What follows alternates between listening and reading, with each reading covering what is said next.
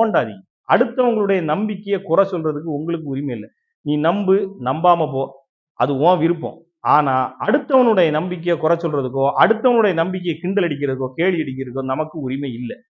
ஓப்பனா சொல்ல போனா எனக்கு எப்போ முழுமையான கடவுள் நம்பிக்கை இன்னைக்கு உங்க முன்னாடி பேசிக்கிட்டு இருக்கிற ராஜா பேரோன் சத்தியமா சொல்றேன், நான் இப்படி வருவேன்னு நான் நம்பவே இல்லை.